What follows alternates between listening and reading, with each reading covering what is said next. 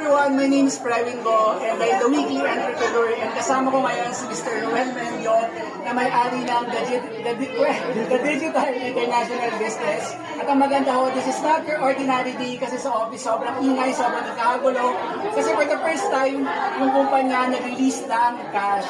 So, medyo marami-rami to in 1,000 dirhams na denomination. Mas malaki. At magkano yung kinita mo, Noel? 1,400. Nasa 1,400 dirhams din yan nakikita ng isang linggo, which is hindi masama kasi para sa isang bago na kita ka ng 20,000 pesos, malaking bagay din yan kasi ang pinag-uusapan natin isang linggo.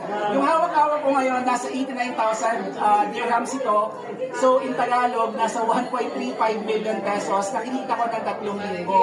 Bakit kami kumikita ng ganito at kahit bago, kumikita ka agad kasi we have a system in place na wherein susundan mo lang siya step by step, step 1, 2, 3 lang, pwede ka na kumita ng ganito tuwing Martes ng buhay mo. At ang maganda, kahit busy ka, wala kang experience, it doesn't matter kasi susundan ka ng sistema. Kagaya ni Roel, around 2 months lang siya sa negosyo ko, pero kumikita siya ng ganyan linggo-linggo.